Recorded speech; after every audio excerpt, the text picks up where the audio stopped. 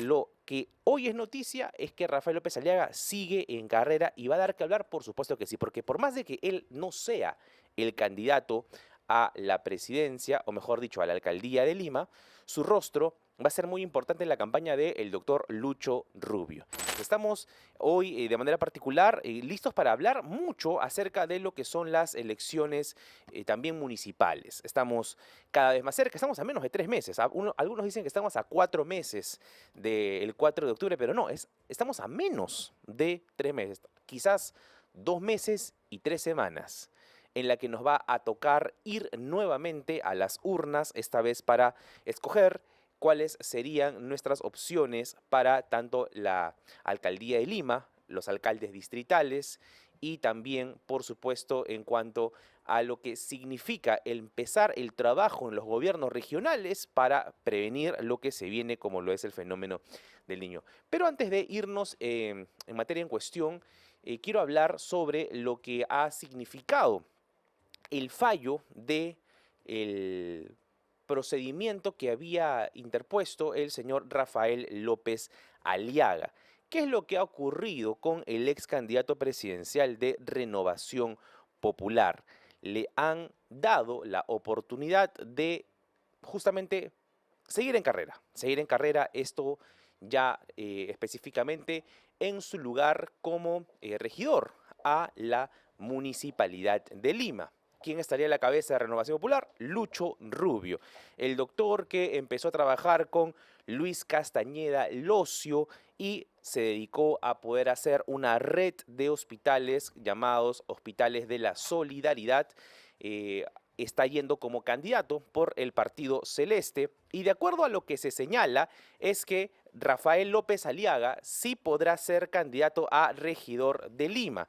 ¿Qué es lo que se ha pronunciado? El Jurado Nacional de Elecciones declaró fundada la apelación y habilitó su postulación. Apelaron porque le dijeron, tranquilo, porque tú has renunciado a senador, pero eso no significa de que quedes apto o habilitado para poder llegar a un nuevo puesto en la Municipalidad de Lima.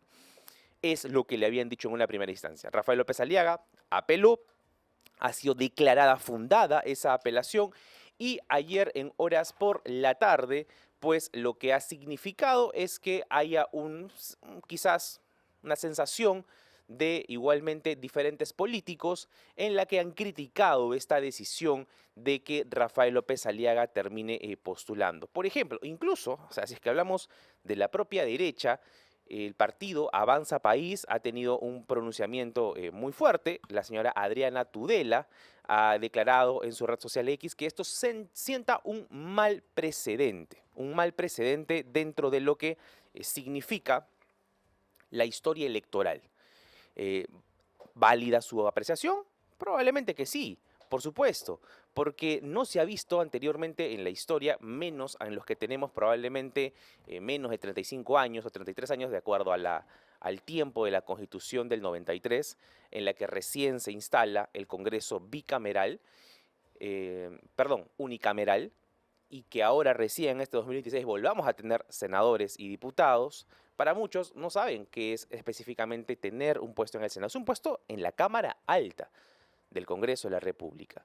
Senadores no llegan a ser cualquiera, más aún cuando tienen un respaldo tan grande. Rafael López Aliaga está entre los 5 senadores más votados a nivel nacional. Quiere decir que hubo gente que dijo, ok, si Rafael López Aliaga no llega a pasar a segunda vuelta, queremos verlo en el Senado del Congreso de la República. Sin embargo, se ha optado él por renunciar, por no juramentar, ya saben sus razones. Yo creo que en su gran mayoría estrictamente personales. No puede estar hablando de que son razones políticas o que son razones estrictamente ya quizás jurídicas, sino yo creo que van íntegramente al campo personal. Pero ¿es válido esto? O sea, pasar del campo personal hacia lo político, hacia lo jurídico. Bueno, lo que hoy es noticia es que Rafael López Aliaga sigue en carrera y va a dar que hablar, por supuesto que sí, porque por más de que él no sea el candidato a la presidencia, o mejor dicho, a la alcaldía de Lima, su rostro va a ser muy importante en la campaña del doctor Lucho Rubio. Sigue resonando en lo interno por qué no fue Renzo Reyardo. Renzo Reyardo no quiso ser el caballo de batalla de Rafael López Aliaga en esta campaña. Sin embargo, lo cierto es que Lucho Rubio ya está. El que va como primer regidor es Rafael López Aliaga y va a tener una campaña muy interesante de cara de aquí a el 4 de octubre, las elecciones municipales. Francis Allison, actual alcalde de Magdalena, sigue liderando las encuestas. Y el partido que tiene Francis Allison es de Avanza País. Por lo tanto, habrá relación también en la comunicación, en el post que hace Adriana Tudela, quizá un poco de, no sé, sensación, premura, porque ya estaba desestimando la candidatura de Rafael López Aliaga y que el Partido de Renovación Popular no se encuentre en carrera. Es una postura que también se cuestiona, si es que realmente es una preocupación porque se siente un mal precedente o porque hay un temor que se siente frente a lo que significaría pues la postulación de Rafael López Aliaga. Lo importante aquí, en medio de todo, señoras y señores que ustedes nos están escuchando, es que puedan ustedes analizar propuestas. Lima metropolitana necesita soluciones concretas, finalmente para poder combatir la inseguridad ciudadana por sobre todo. Y además va a tener que darle solución contundente al tráfico caótico de Lima. Y además, sumado a los desbordes que se podrían suscitar por el fenómeno del niño aquí en Lima. Recordemos que en el 2017 se desbordaron y quedaron distritos muy afectados como Chosica, San Juan de Lurigancho, etcétera. Pero vamos a seguir complementando y el desarrollo de toda la información con mi compañera y co-conductora Grecia Oregu Gutiérrez. Grecia, ¿cómo estás? Dios te bendiga. Muy buenos días, Juan Diego, ¿cómo estás? Muy buenos días también para todas las personas que nos están sintonizando a través de Betel Radio, la voz que inspira. Hoy es 14 de julio, estamos muy felices de estar nuevamente frente a ustedes y haciendo alusión, menciona lo que está comentando Juan Diego con respecto al señor Rafael López Aliaga. Personalmente yo he dicho que le voy a dar el beneficio a la duda, ¿no? Lo ideal aquí sería es que el señor López Aliaga, si es que llega a ganar, ingrese en el cargo de teniente alcalde y termine bajo ese mismo cargo, porque si no estaríamos evidentemente ante una jugada política, porque él ya no puede postularse como alcalde de Lima. Y ahora, aquí también hay una observación, ¿no? Una observación al reglamento electoral. ¿Por qué prohibirle a los alcaldes o a los gobernadores regionales la reelección? Porque al fin y al cabo esto recae netamente en la decisión del ciudadano en reelegir a sus autoridades. Ahora, aquí hay una postura, porque algunos dicen, pero Grecia, cuando alguien ya está en el poder, tiene ciertas facultades o cierta ventaja sobre el contendiente que no lo está. Inclusive puede utilizar los recursos propios del Estado para hacerse su campaña, lo cual es deleznable, es criticable, por supuesto. Pero aquí el tema de solución no vendría a ser entonces restringamos la reelección, sino al contrario, fortalezcamos a los entes electorales para que puedan ser pulcros al momento de calificar a los candidatos. Y si se llega a identificar algún candidato que está haciendo esta jugada, que está utilizando recursos públicos o que está utilizando el poder que tiene ya en el aparato estatal para hacerse la campaña de la reelección, sancionarlo, por supuesto. Pero ¿por qué quitarle al ciudadano el derecho, la posibilidad de reelegir a sus candidatos? No le encuentro pies ni cabeza. ¿Debería haber reelección? Yo considero que sí, porque esto queda netamente en la libertad del ciudadano. Así como ahora va a quedar en la libertad del ciudadano limeño elegir quién sería el mejor postor para la alcaldía de Lima. La parrilla es amplia, la lista de candidatos es amplia. Hay que evaluar quiénes van a traer para Lima no solamente orden, no solamente, por supuesto, las correcciones que se tienen que hacer en una ciudad tan grande, una metrópoli, sino también quienes representan la garantía del orden público, de las buenas costumbres, quienes representan los valores que nosotros también estamos propugnando, ¿no? Porque tiene que haber una coherencia entre lo que yo digo y entre lo que yo voto. No solamente es ser y parecer, sino también ahora decir y votar, que es muy importante. Esperamos que el señor López Aliaga pueda participar, como yo lo digo, Yo sí me paro firme en esta idea. Si él postula como teniente alcalde, debe terminar también la gestión como teniente alcalde y no como alcalde de Lima. Eso no le correspondería a él, sino al candidato de Renovación Popular, que vendría a ser el señor Luis Rubio, si es que llega a ganar las elecciones. Entiendo que su rechazo para la Cámara de Senado es un tema personal, que algunos también han relacionado con la coherencia de las denuncias que él todavía tiene de manera particular. De hecho, él ha indicado que él se ha cuidado mucho de no hacer las denuncias a nivel de partido, sino son denuncias netamente personales. Es decir, que él, como Rafael López Aliaga, con su firma y nombre, lleva con respecto a el desarrollo de la primera vuelta, más no a título del partido, no de Renovación Popular. Ahora, aquí algo muy importante también que a veces se nos escapa. Porque cuando hemos conversado, Juan Diego, con diferentes representantes de Renovación Popular, nos indican, pero Rafael López Aliaga en algún momento indicó que él estaba postulando también a la Cámara del Senado para generar arrastre. Bueno, así lo haya dicho él abiertamente, que no iba a recibir el cargo o que lo iba a recibir en caso de que ganara, no es lo correcto, pues así no funciona la democracia. Uno no se postula por arrastre. El que se postula participa en la vida en democracia. No es que yo me postulo para que otra persona llegue y con mi popularidad arrastrar ciertos votos. Eso no es lo saludable en una vida en democracia. Entonces, eso hay que observarlo, porque aquí nadie está sobre la ley. Al contrario, todos estamos debajo de la ley. Eso se llama respetar un Estado de Derecho, que es lo importante en nuestro país. Bien, ahora cambiando de tema, el día viernes la señora Susel Paredes, quien también está candidateando a la alcaldía de Lima, dio ciertas declaraciones en una entrevista que me parecieron importante desmenuzarlas juntos con ustedes. Vamos a escuchar algunos extractos y los vamos a ir analizando pedazo por pedazo porque es importante hacer las precisiones. Vamos con el primer extracto. Adelante. Porque en otros sitios tenemos pena de muerte, más de 10 países con pena de muerte, algunas con lapidación. Sí. O sea, te entierran y te tiran piedras a la cabeza hasta deshacer. Claro, que es una sanción penal del Antiguo Testamento. Claro, bíblica del Antiguo Testamento. Bien, a ver, les voy a dar un poco más de contexto. En esta ocasión están hablando acerca de que hay cierto sector protestante, cierto sector de evangélicos, de cristianos, llámese en totalidad protestantes, que están en contra de los derechos de la comunidad LGTBIQ+. Ellos hablan inclusive de una discriminación hacia este grupo social.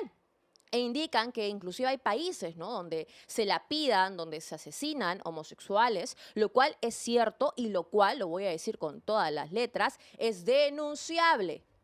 Porque en ninguna parte del mundo se puede asesinar a nadie, se puede matar, se puede violentar, se puede restringir a nadie por razón de sexo, por razón de creencia religiosa, por razón de etnia, etc., etc.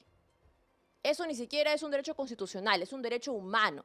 Está plasmado en la Carta de la ONU. No nos gusta la ONU, sí, pero bueno, hay ciertas cosas que son rescatables.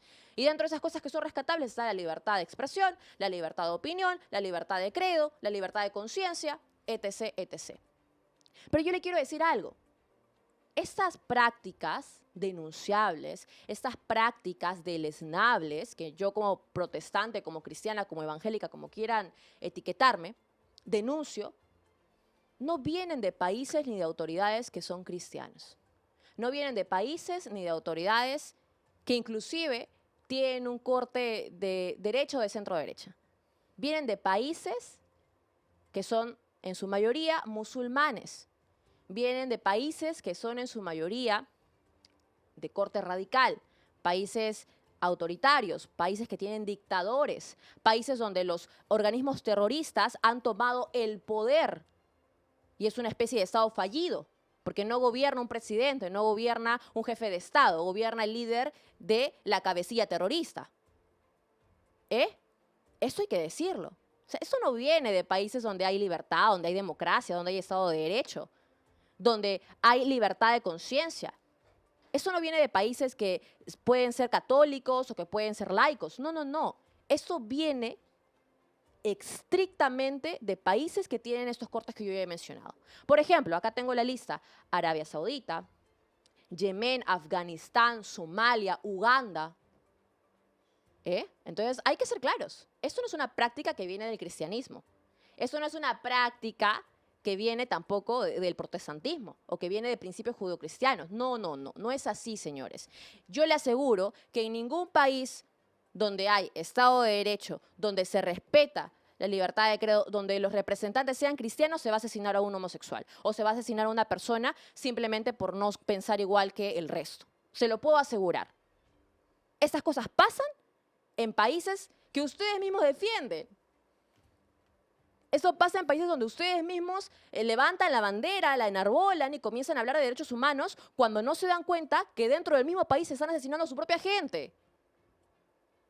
Como la causa palestina, ¿no? Vemos cuántos progresistas, cuántos sectores de izquierda apoyan la causa palestina, dicen Free Palestina, solamente para estar en contra y darle la contra a Estados Unidos e Israel, con un sesgo marcado, pero no dicen nada cuando asesinan dentro de Palestina a los mismos homosexuales o a los cristianos.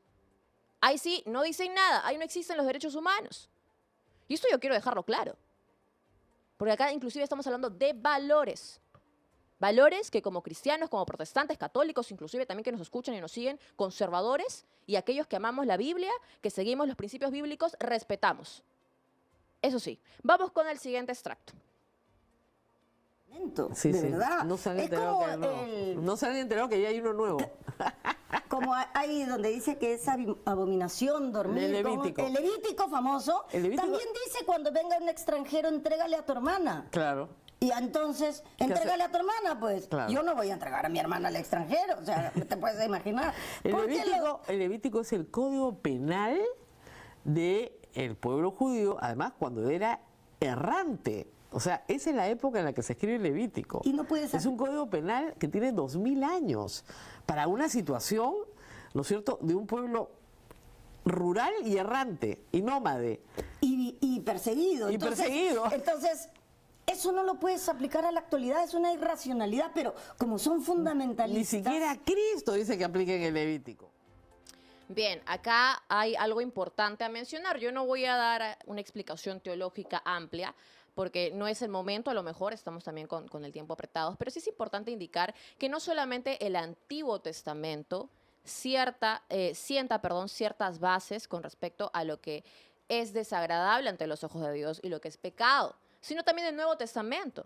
Tenemos, por ejemplo, el libro o la carta a los Corintios, que también habla y enumera, es una lista de cuáles son los pecados y cuáles son las razones por las cuales uno no entraría o no tendría acceso al reino de los cielos. Habla de los adúlteros, habla de los mentirosos, habla de los fornicarios, habla de los afeminados, de los que se echan con hombres. Y estoy citando la Biblia, no es que luego me lleve una carta notarial. Bueno, y si fuera así, no hay problema, lo acepto. Entonces, no desinformemos. Y no hay que tergiversar la palabra de Dios a nuestro antojo. Pueden ser que hayan cosas en la Biblia que en nuestra humanidad, en nuestra naturaleza humana no nos gusten, por supuesto. Es que de eso se trata el Evangelio y en su momento lo conversábamos, ¿te acuerdas, Juan Diego, con aquel candidato que decía que era cristiano del Partido Morado, el señor Guillermo Flores, si no me equivoco, ese es su nombre, y le decíamos, ¿no? La Biblia nos muestra claramente cuáles son las cosas que a Dios le desagrada y cuáles son las cosas que a Dios le agrada. ¿Qué es pecado y qué no lo es? Y a eso me ciño. Además, la Biblia nos habla de defender la verdad, porque Cristo es el camino, la verdad y la vida. Y perdónenme, pero decirle la verdad a alguien y amarlo es decirle, tú naciste mujer y morirás mujer. Aunque mañana más tarde te autopercibas un animalito o mañana más tarde te autopercibas de otro sexo, no puedes cambiar la realidad ni la naturaleza de tu cuerpo. Eso es decir la verdad. Que ahora, que hoy en día, eso sea un mensaje de odio para algunos o un discurso de discriminación, perdóneme, pero no es mi problema. Estoy yo diciendo la verdad. Y creo que muchos pensamos de la misma manera. ¿Cómo se ha perdido la supremacía de la realidad en nuestra sociedad? Porque claro, yo entiendo que no todos somos cristianos, no todos creemos en la palabra de Dios, pero hay un principio, que es la verdad. Apeguémonos a la verdad, a lo natural, a lo real, no a las fantasías, ¿no? Y por último, Jesucristo, claro, le perdona la vida a esta mujer adúltera. Eso es cierto. Y es símbolo de misericordia. Y por eso yo le digo, no hay ningún país cristiano, ni ninguna autoridad cristiana, ni ninguna persona cristiana que vaya a violentar ni atentar en contra del otro por no pensar igual. Porque ese es un principio bíblico que nos lo enseña nuestro Señor Jesucristo. Pero hay algo importante que muchas veces nos olvidamos. Y es que el Señor perdona a esa mujer adúltera de ser apedreada, pero ¿sabe qué le dice? Le dice, vete y no peques más. Nos olvidamos a veces de esta parte. Es que seguir a Jesucristo significa renunciar a nuestro pecado. Y eso es algo que muchas veces no se dice. Seguir a Jesucristo significa renunciar a esa vieja naturaleza, renunciar a la vida antigua para nacer de nuevo y ahora seguir los mandamientos que nos da Jesucristo. El Evangelio es incómodo, y lo digo a título personal. Todos los días tenemos que estar nosotros batallando con nuestra misma naturaleza. Pero podemos hacerlo con la fortaleza de Cristo. Esto quería mencionarlo porque me parece que eran dos personas que estaban hablando sobre temas que a lo mejor no comprenden y que estaban intentando dar cátedra, pero con desinformación. Absolutamente, y la desinformación no parte solamente de la opinión que dan, sino de la falsedad con la que caracteriza su discurso. Lo que afirma Susel Paredes en esa comunicación con y hay que decirlo, la ignorante en temas bíblicos, Rosa María Palacios, es absolutamente falso. O sea, no existe en ninguna parte de la Biblia en la que diga como tal que cuando un extranjero venga, y menos en Levítico, que cuando un extranjero venga tú debas atenderlo o ofrecerle a tu hermana. En ninguna parte de la Biblia, y mucho menos en Levítico, que son las reglas morales para el pueblo de Israel. Y todo esto tiene un contexto, el contexto de la pureza. Dios cuidaba a su pueblo de esa forma e incluso pedía que no se junten con pueblos extranjeros. O sea, esa era una regla básica del pueblo de Israel. Lo que están hablando las señoras son puras sandeces, que por supuesto demuestra que la ignorancia es realmente atrevida.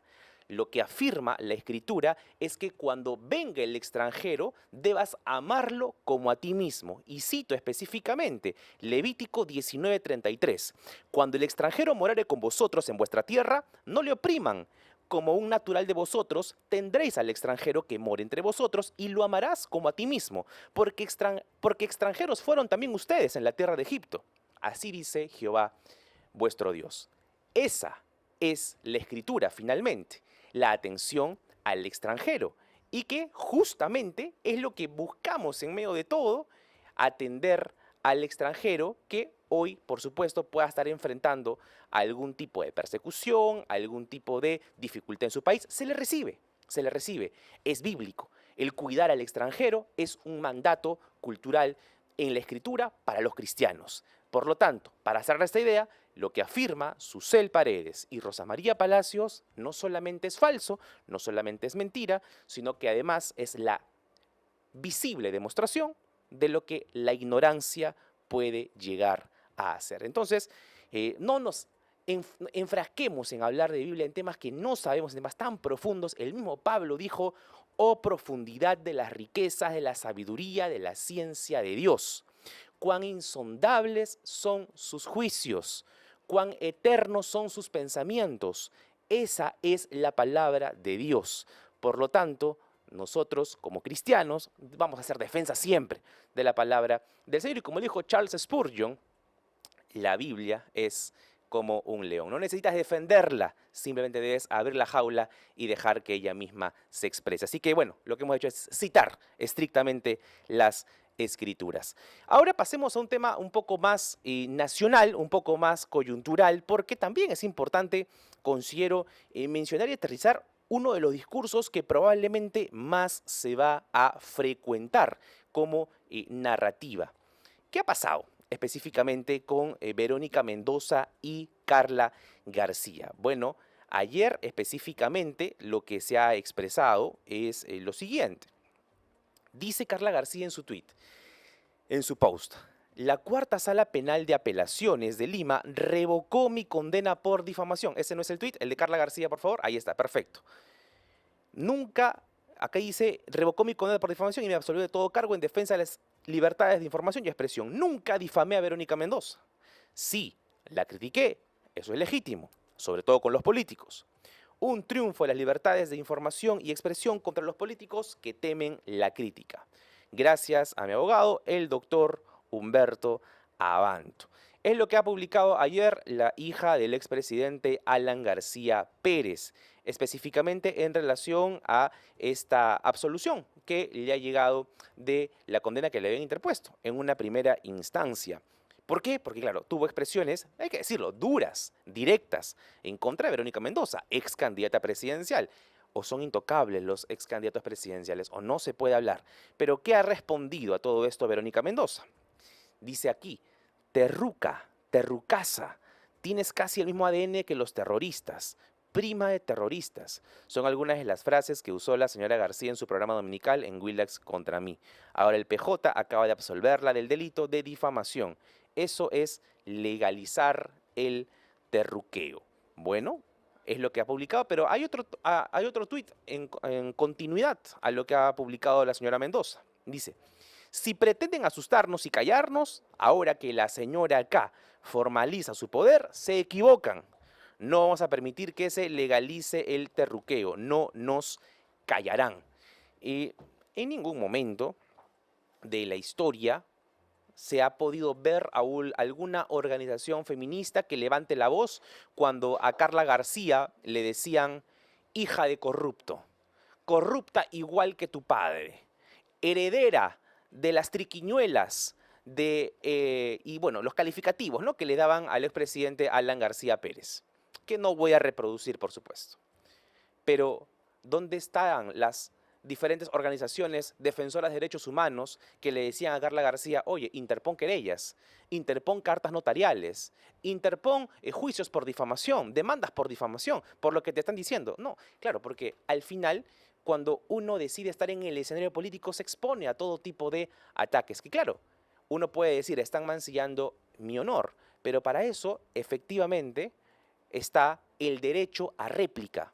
Cuando uno puede hacer un medio de comunicación como lo estaba la señora Carla García, lo que debe hacer la señora Verónica Mendoza, como lo hizo, por ejemplo, el general Mora, frente a la periodista Milagros Leiva, cuando la señora Leiva se atropelló con sus palabras, fue el derecho a réplica y tuvo una conversación en el medio en ese mismo instante. Por lo tanto, que la señora Verónica Mendoza, en última instancia, acuda a una conversación con Carla García y le diga, ¿sabes qué? Lo que estás diciendo es terruqueo. Pero utilizar el aparato judicial para empezar a degradar o apaciguar o callar diferentes pronunciamientos, definitivamente es un arma peligrosa que poco a poco puede llegar a normalizarse. Pero no es solamente aquello. Yo quiero que recuerden cómo pensaba Verónica Mendoza hace 10 años tan solamente, cuando fue candidata a la presidencia. Ella hace un tuit en señalamiento a Fidel Castro. Dice así, un abrazo solidario al pueblo cubano por la partida de Fidel Castro. A seguir forjando la unidad latinoamericana. Cuando fallece Fidel Castro, coloca, se va uno de los personajes históricos más importantes de Latinoamérica. Controversial pero ineludible. Un hombre que le devolvió la dignidad a un pueblo, que hizo patria de lo que era una colonia. Un hombre que luchó incansablemente por la justicia social, llevar salud, educación a todo su pueblo. Y ojo acá, ¿es así realmente como ven a los dictadores? ¿Como luchadores sociales?